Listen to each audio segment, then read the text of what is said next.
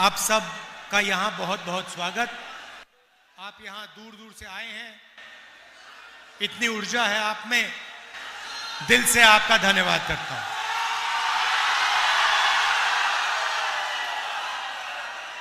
सानी जी ने अभी कहा कि उनको हम डेप्यूटी सीएम बनाने जा रहे हैं।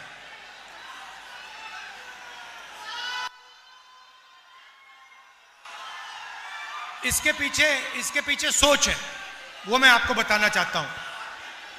देखिए, बिहार में अलग अलग लोग रहते हैं,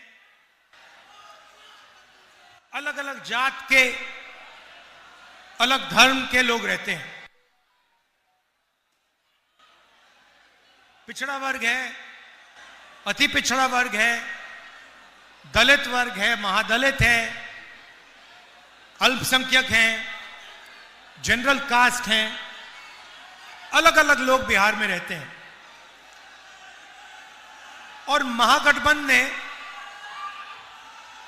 और हमने निर्णय लिया है कि जो सरकार बनेगी, महागठबंधन की जो सरकार बनेगी, उस सरकार में बिहार के सारे लोग शामिल होंगे। मैं उदाहरण देता हूं आपको।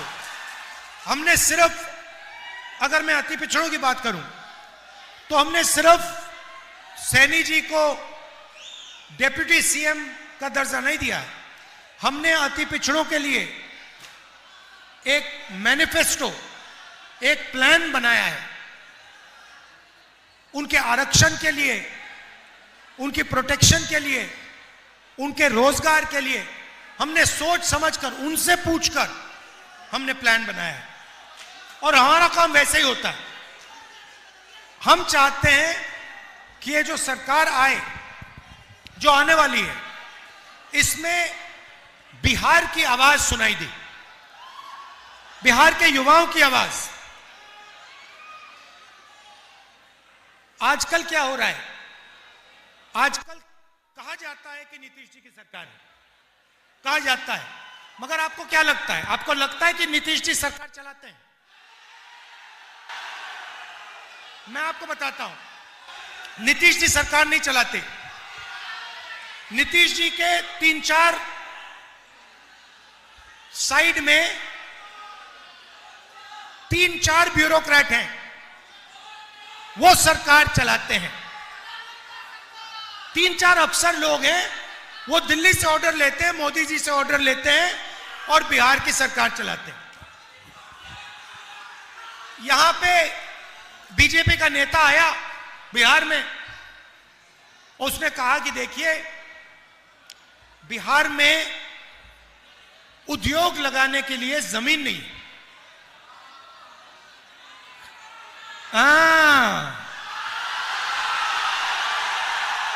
बिहार में उद्योग लगाने के लिए जमीन नहीं है, मगर अदानी के लिए जितनी जमीन चाहिए ले लो।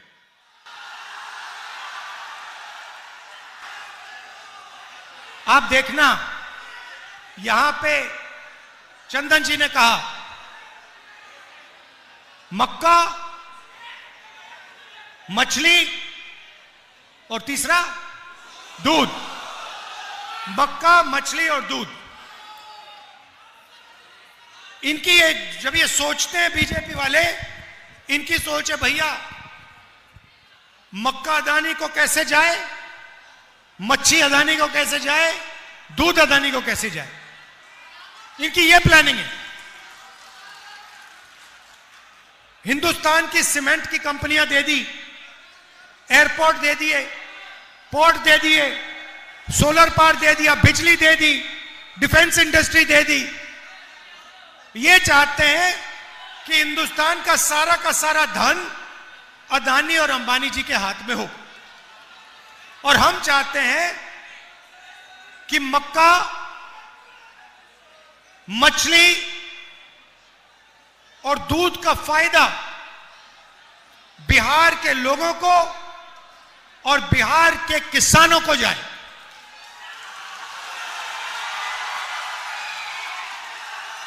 हम चाहते हैं कि यहां पे अदानी का कारखाना ना लगे। हम चाहते हैं कि यहां पे बिहार के युवा छोटा बिजनेस चालू करें। कोई मक्के को प्रोसेस करने का, कोई दूध का, कोई आइसक्रीम बनाने का, दूध के प्रोडक्ट्स का बिजनेस चालू करे। युवा के लिए बैंक के दरवाजे खुले मिले, वो बैंक में जाए। आज युवा बैंक में जाता है, बिहार का युवा बैंक में जाता है। आप जानते हो बिहार और बाकी देश के बैंक क्या कहते हैं? तुम्हें हम पैसा नहीं देंगे, तुम जाके मजदूरी करो। यह कहा जाता है बिहार के युवाओं को। आप पूरे देश में जाओ, मैं घूमता हूं, हर प्रदेश में मैं गया हूं, अरुणाचल से लेकर तमिलनाडु, जम्मू कश्मीर से लेकर गुजरात, हर प्रदेश में बिहार के युवा मजदूरी करते हैं। नीतीश जी कहते हैं, मोदी जी कहते हैं, हम बिहार को बदलना चाहते हैं। अरे आपने बिहार को बदल दिया। आपने बिहारियों को देश का मजदूर बना दिया। बिहारी युवाओं को आपने दिया क्या? कॉलेज दिया, यूनिवर्सिटी दी, स्कूल दिए, रोजगार दिया? कुछ नहीं। आप भाषण देते हो, नीतीश जी को रिमोट कंट्रोल से चलाते हो, अदानी जी को, अंबानी जी को फायदा देते हो। मैं आपसे सवाल पूछता हूं, अंबानी जी की शादी देखी है आपने टीवी पे? देखा ना? वहां पे आपको नरेंद्र मोदी दिखे थे ना? राहुल गांधी दिखा था? नहीं। क्यों? क्योंकि मैं आपका हूं, मैं आपके लिए काम करता हूं।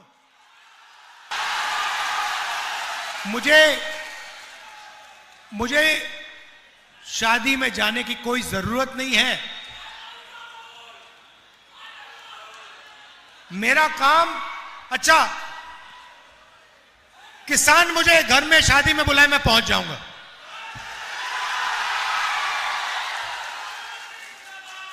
गरीब से गरीब मजदूर मुझे कहे राहुल जी मेरे घर में शादी है, आप आ जाइए, मैं पहुंच जाऊंगा। आज अभी कुछ देर पहले सानी जी और मैं तालाब में मच्छी पकड़ने गए आज सुबह। क्यों? क्योंकि मैं चाहता हूं कोई भी हो, किसान हो, मच्छी मार हो, मजदूर हो, उसे लगे कि मेरे साथ राहुल गांधी खड़ा हुआ है।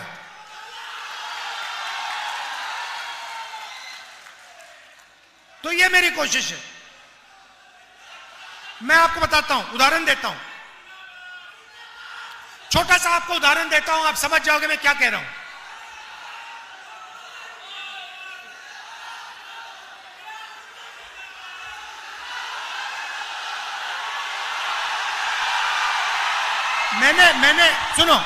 मैंने एक एक्सपेरिमेंट किया। देखो, एक बार मैं यूपी में गाड़ी में जा रहा था।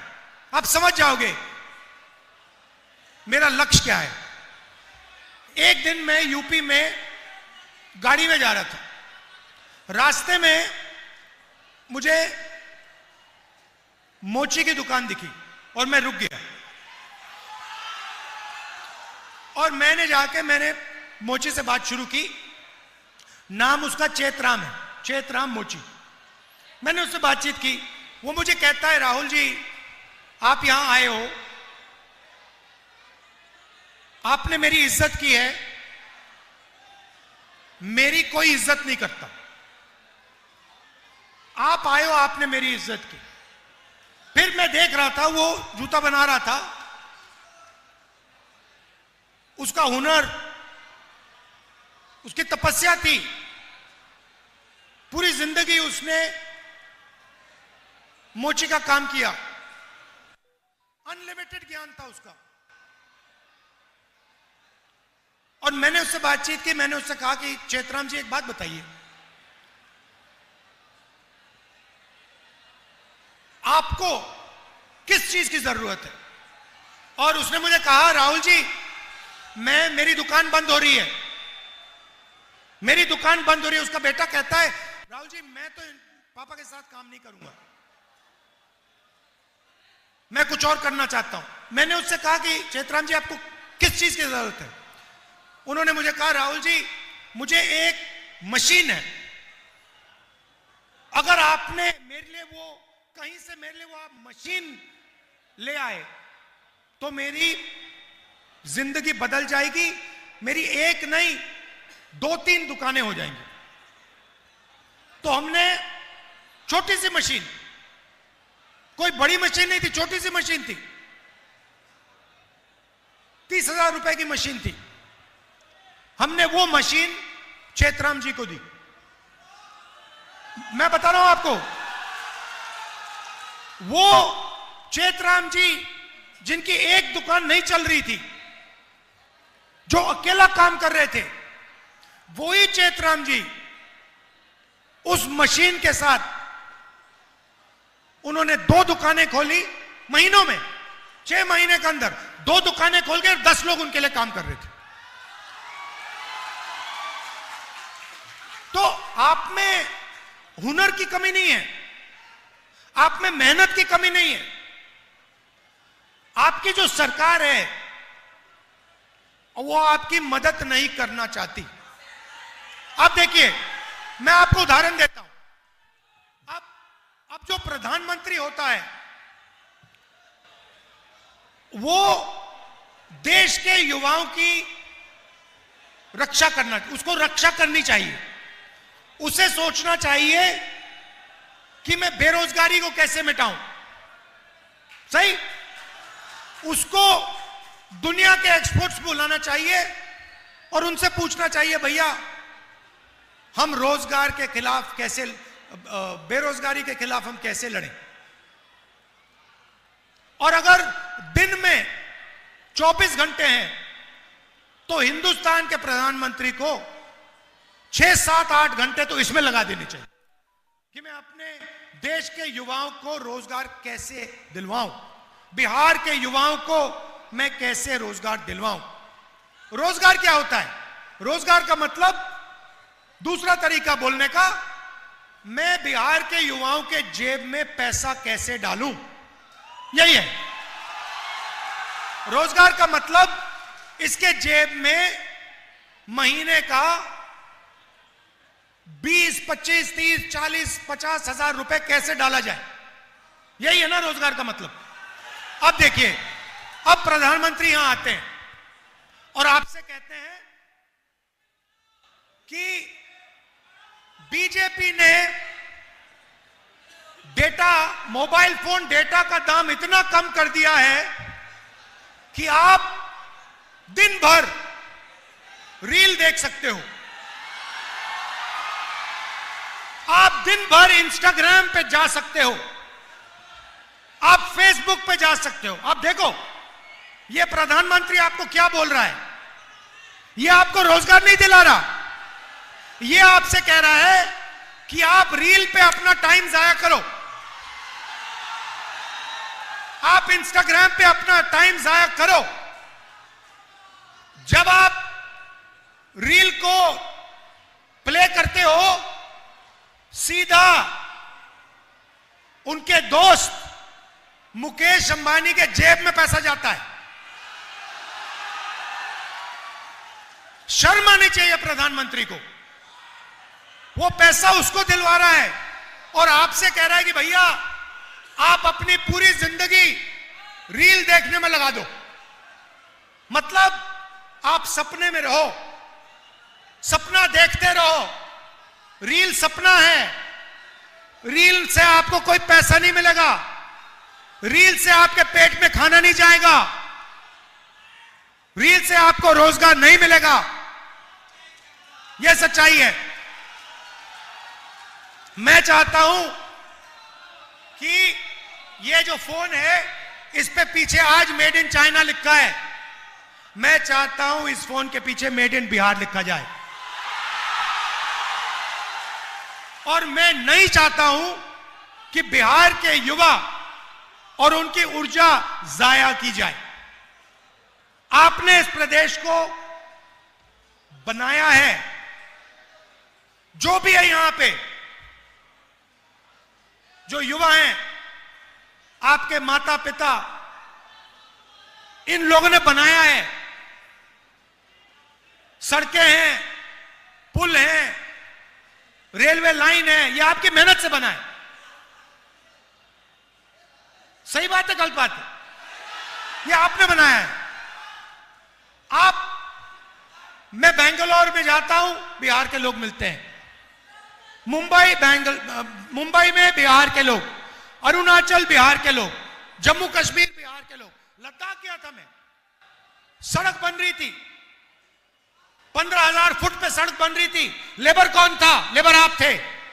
बिहार के लोग वहां पे मेहनत कर रहे थे, फटे हुए कपड़े थे, ठंड में। तो आप लद्दाख में सड़क बनाते हो, मुंबई में इमारतें बनाते हो, आईटी का इंफ्रास्ट्रक्चर बनाते हो। इंफोसिस कंपनी वहां पे जो जिस बिल्डिंग में वो रहते हैं, काम करते हैं, वो आपने बनाई है। और बिहार में आपकी सरकार आपको कुछ नहीं करने देती, आपका खून चूसती है। हम चाहते हैं कि जैसे पहले बिहार दुनिया का शिक्षा का सेंटर हुआ करता था, नालंदा यूनिवर्सिटी, पूरी दुनिया से लोग यहां आते थे, जापान से, कोरिया से, चाइना से, इंग्लैंड से, वही हम चाहते हैं। मैंने पिछली मीटिंग में कहा, गठबंधन की सरकार शिक्षा पे काम करेगी, कॉलेज, यूनिवर्सिटी, सरकारी स्कूल यहां खोलेगी। मगर जिस दिन, मैं आपको बता रहा हूं, यह वायदा है, जिस दिन हिंदुस्तान में नेशनल लेवल पे इंडिया गठबंधन की सरकार बनेगी, उस दिन दुनिया की सबसे बेहतरीन यूनिवर्सिटी बिहार में बनेगी। मैं आपको बता रहा हूं। और उस यूनिवर्सिटी में हिंदुस्तान के बाकी प्रदेश छोड़ो, पूरी दुनिया से लोग यहां बिहार आएंगे, क्योंकि वो बिहार में पढ़ने, शिक्षा लेने आ रहे हैं। तो ये हम चाहते हैं। आप कभी दिल्ली जाओ, ऑल इंडिया मेडिकल इंस्टीट्यूट, कभी गए हो? आप गए ना? उसके सामने मेट्रो है। कभी आप ऑल इंडिया मेडिकल इंस्टीट्यूट के सामने जो मेट्रो स्टेशन है, उसमें रात के समय नीचे जाके देखिए क्या हो रहा है। उसमें ठंड में 3-4 हजार लोग रात को ठंड में सोते हैं। क्यों? क्योंकि बिहार में उनको इलाज नहीं मिल सकता। बिहार के लोग ऑल इंडिया मेडिकल इंस्टीट्यूट के सामने एक दिन के लिए नहीं, इलाज के लिए 10-15 दिन, ठंड में 20 दिन मेट्रो स्टेशन के सामने। क्यों? क्योंकि सब जानते हैं कि बिहार में स्वास्थ्य नहीं मिल सकता। बिहार में लोग अस्पताल में जीने नहीं, मरने जाते हैं। तो अगर आपकी सरकार आपको रोजगार नहीं दे रही है, अस्पताल नहीं दे रही है, शिक्षा नहीं दे रही है, कॉलेज यूनिवर्सिटी नहीं दे रही है, पेपर लीक करा रही है, तो फिर इस सरकार ने आपको दिया क्या?